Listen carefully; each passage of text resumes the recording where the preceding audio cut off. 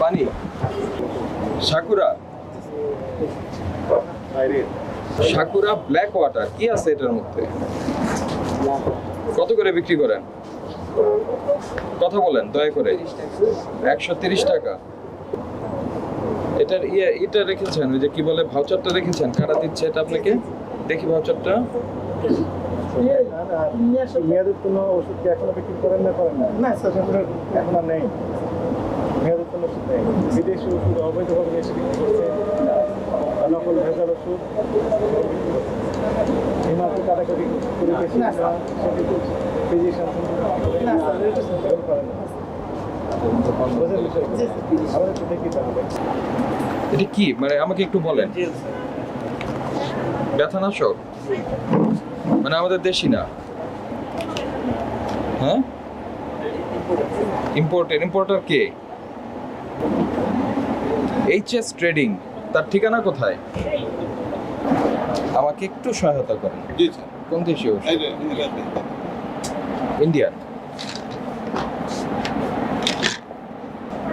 Supplement packs. আপনার licence আছে না? Drug licence? লাইসেন্সটা একটু দেখি।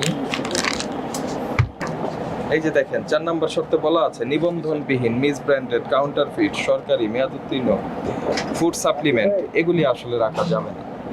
করবে আমাদের দেশি যেগুলি আছে সেগুলি রাখেন, নো প্রবলেম, কিন্তু বিদেশিটা রাখতে হলেই যেটার বৈধ আমদানিকারক আছে সেটারটা রাখবেন, পাশাপাশি যিনি আমদানি করে নিয়ে আসছেন তাদেরটা রাখবেন, কারণ বাংলাদেশ সরকারকে উনি ভ্যাট ট্যাক্স দিয়ে আমদানি করে নিয়ে আসছেন, আর এরা কোনো ভ্যাট ট্যাক্স দিচ্ছে না, চোরাই পথে নিয়ে আসছে।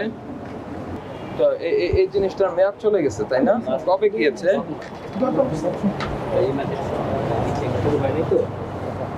বিষয়টা হলো কি, গত মাসে গিয়েছে।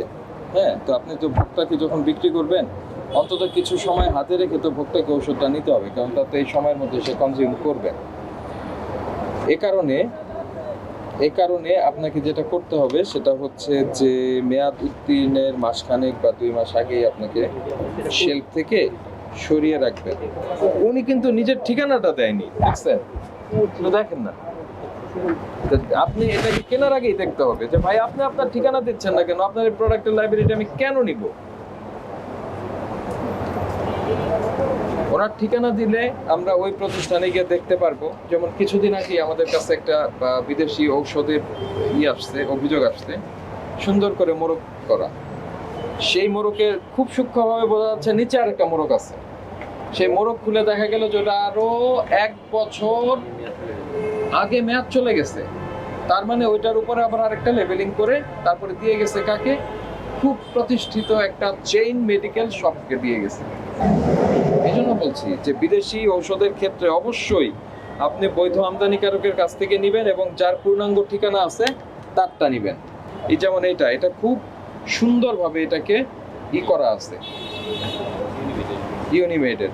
তো ইউনিমেড যেইটা করেছে এইটা হলো যথাযথভাবে আইনের প্রতিপালন, কিন্তু এটা কি করেছে তাই? হ্যাঁ, এই যে দেখেন এটা ঠিকানা আছে। ধরে নেন যে এটা নিয়ে কোনো একটা প্রবলেম অ্যারাইজ করলো, আমরা কিন্তু প্রথমে জিজ্ঞাসা করব তাকে, আপনাকে। আর যখন এটা সঠিক ঠিকানা থাকবে না তখন কিন্তু আমরা জিজ্ঞাসা করব আপনাকে, যে লাইক দিস এটা মানে কি? মেসার্স ট্রেড কর্পোরেশন না এমএএস ট্রেড কর্পোরেশন? দেন মাস ট্রেড কর্পোরেশনের ঠিকানা কোথায়? এটা লাইবিলিটি সমস্ত আপনার, এটা যাতে না হয়। ঠিক আছে? অ্যাড্রেস দেওয়া আছে এটাতে, লেখা আছে প্রতিষ্ঠান এটা মেড ইন ইটালি, লেখা আছে। বিএসটি এনওসি মানে কি বলেন তো?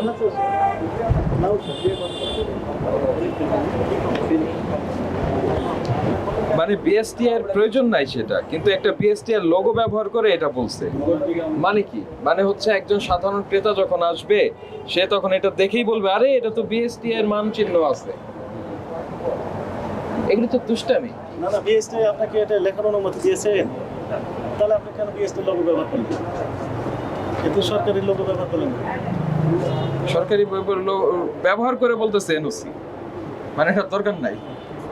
তার মানে কেউ যদি এটা কিনতে আসে সে তো বিভ্রান্ত হয়ে যাবে। তারপর শুধু এমআরপি লিখে দিয়েছে, এটাও ঠিকানা নেই। মার্কেটের ভাই এটা তো আপনি কি লিখছেন, পিএইচএন মানে কি, তার নাম কোথায়, ঠিকানা কোথায়, কোনো তথ্য লেখা নেই। মার্কেটের by HS, market by PH, এই সবগুলো তো নকল করা, মানে জাস্ট কমন সেন্স থেকে বোঝা যাচ্ছে।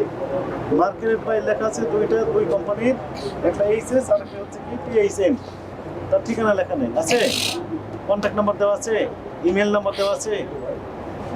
আপনার লাইসেন্স তো হালনাগাদ আছে, হালনাগাদ যেটা আছে সেটারই একটা ছবি তুলে লেমিনেটিং করে তারপর ওখানে সংরক্ষণ করবে, ঠিক আছে। 2 নম্বর বিষয় হলো যে অননুমোদিত মিস ব্র্যান্ডের কাউন্টারফিট কোনো জিনিস রাখা যাবে না, বুঝতে পেরেছেন? তো এখন বিষয় হলো যে যেগুলি বৈধ আমদানিকারকের মাধ্যমে আসে নাই সেই জিনিসগুলি হয় আপনার বাংলাদেশ সরকার ট্যাক্স পায়নি, না হয় ওইটা নকল, মানে এর মধ্যে যাওয়াই যাবে না। তারপরে আমদানিকারকের যেটা থাকবে, আমদানিকারকের পরিপূর্ণ তথ্য যে যারা দিবে তাদের প্রোডাক্টই রাখবেন, এরকম অর্ধেক তথ্য যেগুলি আছে সেগুলি রাখবেন না, বা তথ্য নাই সেগুলি রাখবেন না, বুঝতে পেরেছেন? মেয়াদ উত্তীর্ণ ঔষধ, এটার জন্য আপনাকে একটা সাইট রাখতে হবে, সেই সাইটের মধ্যে মেয়াদ উত্তীর্ণ ঔষধ আপনি যথাযথভাবে সংরক্ষণ করবেন, এটা অবশ্যই শেলফে থাকবে না। এই ঔষধের এটা খুবই মানে গুরুত্বপূর্ণ একটা সার্ভিস, তাই না? তো এটাকে যথাযথভাবে আপনাকে দিতে হবে।